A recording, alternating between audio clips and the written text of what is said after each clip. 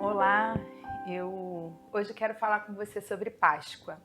Essa Páscoa está sendo muito diferente de tudo que a gente já viveu, né? Eu passei o dia refletindo sobre isso, a primeira vez que eu passo a Páscoa longe da minha mãe, longe dos meus irmãos.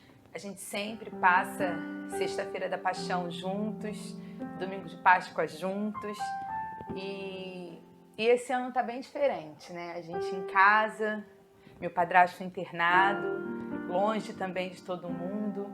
E a gente fica se questionando muitas coisas, né? Nós acabamos de celebrar a ceia do Senhor hoje pela internet, né? Nosso pastor celebrou a ceia e nós acabamos de celebrar a ceia. Foi bom, mas foi diferente. Esse horário, de repente, era para a gente estar terminando o musical na igreja, o musical que já tinha sido preparado. As músicas já tinham sido distribuídas, íamos começar o ensaio da encenação, quando tivemos que parar.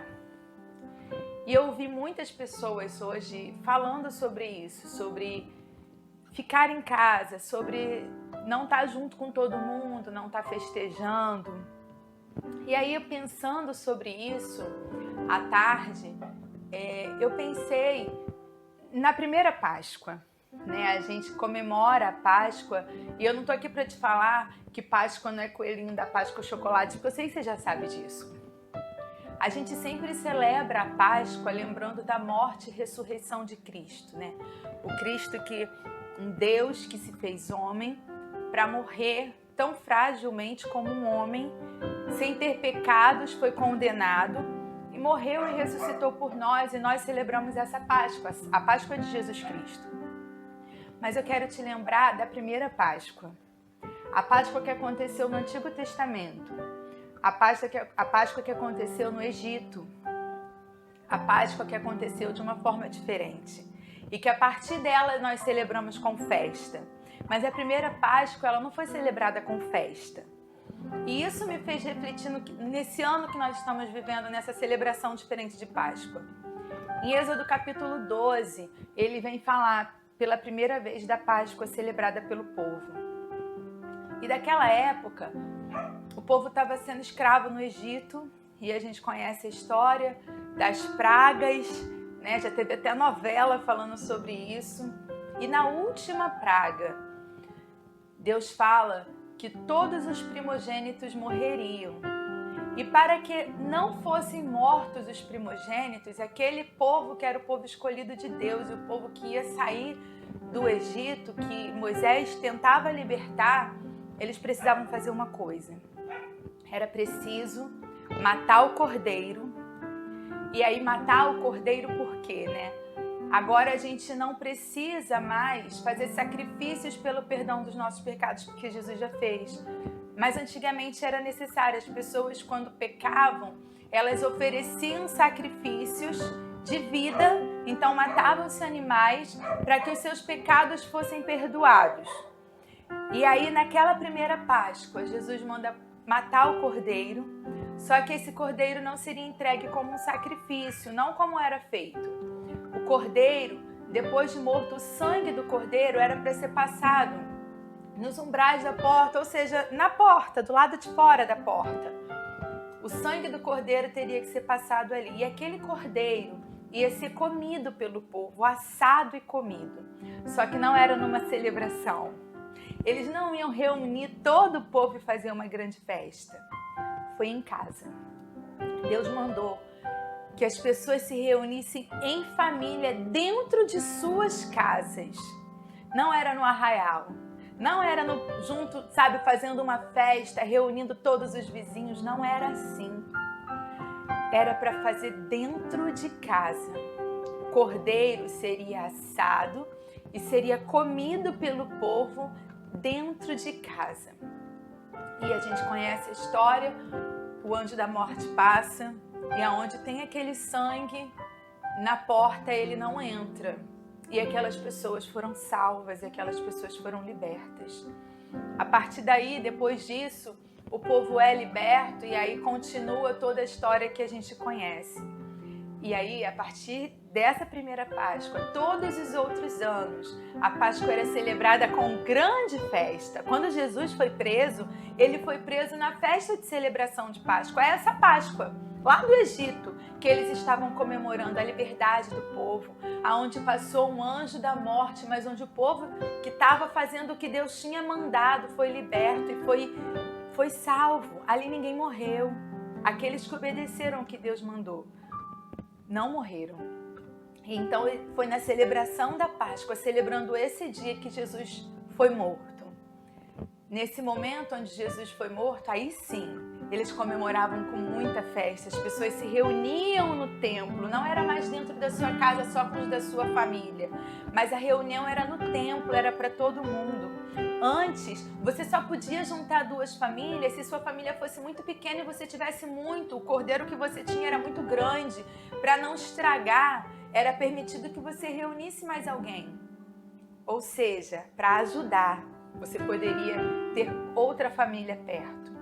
Para dividir, para compartilhar, as famílias podiam se reunir. Mas agora no Antigo Testamento era uma grande festa. As pessoas estavam se reunindo para festejar e celebrar a Páscoa quando Jesus foi morto, foi preso. E ali ele morre, e a gente conhece a história, ele não fica morto. Então aquele cordeiro que foi morto, para que o povo fosse identificado e fosse livre, agora o próprio Jesus se faz cordeiro. É o sangue dele que é derramado, não para colocar nas portas, mas para lavar o meu e o teu pecado. Ele sem ter culpa, como um cordeiro que não faz escândalo para morrer, que aceita a morte. Ele morreu, ressuscitou por mim e por você. E às vezes a gente só lembra disso na Páscoa e logo esquece. Mas o sacrifício que Jesus fez, ele jamais pode ser esquecido. Hoje, celebramos de uma forma diferente. Celebramos na nossa casa, como no Antigo Testamento. Celebramos reunidos em família, e não a parentela toda, mas só a nossa casa. Celebramos de uma forma diferente, mas com o Senhor em nosso meio. Celebramos a vida, esperando em breve celebrar a vida com uma grande festa, com todos reunidos. Na escola onde eu trabalho, a gente está pensando, surgiu uma ideia de no primeiro dia de aula a gente fazer uma festa para celebrar a vida. E essa vida foi o Senhor que nos deu. Essa vida aqui foi Deus que nos deu. Mas Ele quer nos dar muito mais do que isso.